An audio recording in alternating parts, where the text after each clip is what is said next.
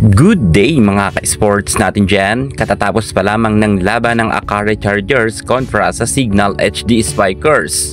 Beauty ni Ivy Lacsina hindi nga umubra sa kagalingan ni Vanny Gandler. Anong nangyari ngayon sa team ng Akari? At hindi man lang nga sila nakaisang set man lamang.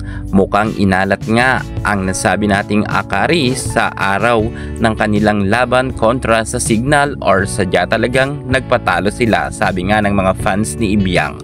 Pero ating kikilatisin at sisiyasatin ang naging laban nga at performance ng ating Barbie Ivy Lacsina. Ano ba talagang nangyari at saan nagkulang si Ivy at mukha talagang hindi rin siya nagkaroon ng double digits?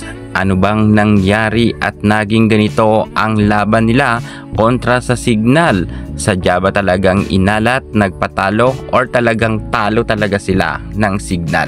Yan ngayon ang ating iisa-isahin at pag-uusapan kung bakit natalo nga itong si Ibiang at hindi nga siya umubra kay Vanny Gandler. Isa pa naman si Ivy sa inaasahan ng Akari, kaso hindi talaga umubra. Pero bago ang lahat, subscribe ka muna, click ang ating notification bell para lagi kang updated sa lahat ng issue sa volleyball. Susunod na.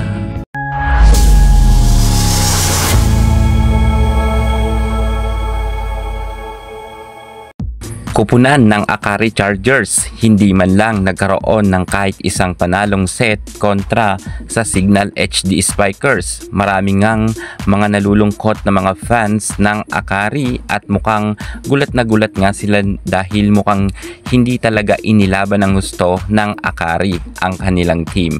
At ang ating Queen Barbie Ivy Lacsina ay hindi nga rin umubra sa laban kung saan nagkaroon lang nga itong si Ibiang ng 5 puntos. Grabe, si Ivy Lacsina ay isa sa mga bumubuhat nga ng Akari, sabi ng kanyang mga fans, dahil kalimitan ay nagkakaroon nga ito ng double digits at halos 20 plus nga ang kanyang naipupuntos pataas at si Ibiang ay kasama nga sa top spikers at best scorer. Grabe rin ang ranking ni Ibiang, mataas rin, pero pagdating nga sa Signal mukhang hindi na naman nakaporma itong si Ivy dahil nga 5 puntos lamang ang kanyang naiambag sa kanyang team. Well, hindi talaga sila mananalo kung ganyan ang puntos ni Ivy Lacsina, lalo't isa nga dapat siya dyan sa aasahan.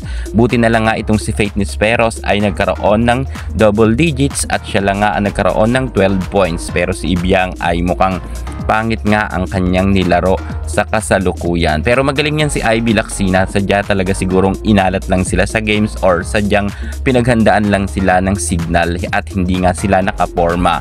Well, kung ano't ano man ang naging dahilan at bakit naka 5 puntos lang si Ivy Lacsina, baka hindi lang talaga maganda ang kanilang gising.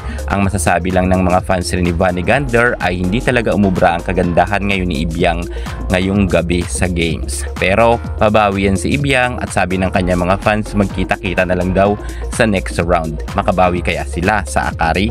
Well, tingnan natin kung magkaroon pa sila ng pagkakataon magkatapat at makaabot pa sa top 6 ang nasabi nating Akari at babawi raw sila. Abangan na lang natin yan. Basta ngayon ay talo nga ang Akari at na straight set sila. Yan muna ang pinaka-latest natin sa mundo ng volleyball. Thank you so much. God bless.